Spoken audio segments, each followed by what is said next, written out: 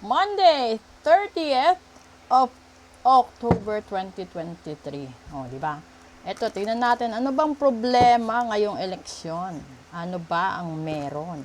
Oh, ayan, ala. Okay, and then ano ba yung mga solusyon at ano ba dapat na naganap? Ano ba yung tama, alin ba doon, di ba? So, dito, check natin. Kuha tayo dito ng tatlo. Una, mga potential na mga gulo, no? Potential na mga dahilan at mga palusot. Ito ang hari ng pera at pangatlo, ayun, hari pa ng mga anomalya. So normal, di ba?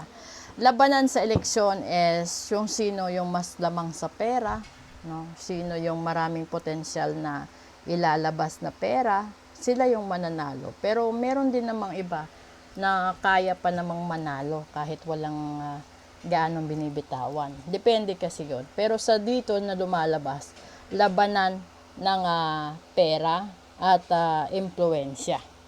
Ngayon dito tayo, ano bang meron sa kabutihan? Una, ito, Two of Wands. Pangalawa, pera, kahirapan, di ba? And pangatlo, Five of Cups. Ito, kawawa talaga. Talagang totoong literal na nangyayari sa election. Kasi ito, yung mga walang pera, lumalaban ng patas. Di ba? Alam nila na wala silang pera.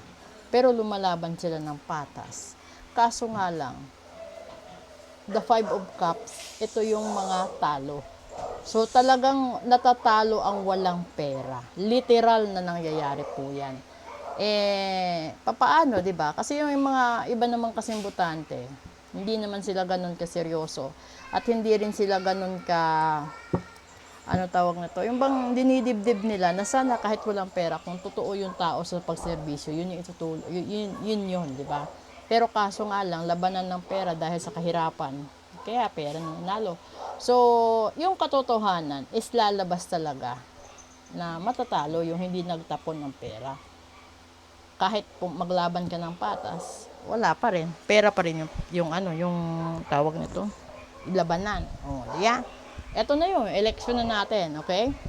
Maraming salamat po sa lahat-lahat ng sumusuporta at naway dagdagan nyo para yung referrals para sa rituals, sa readings, etc. Maraming salamat po. Bye!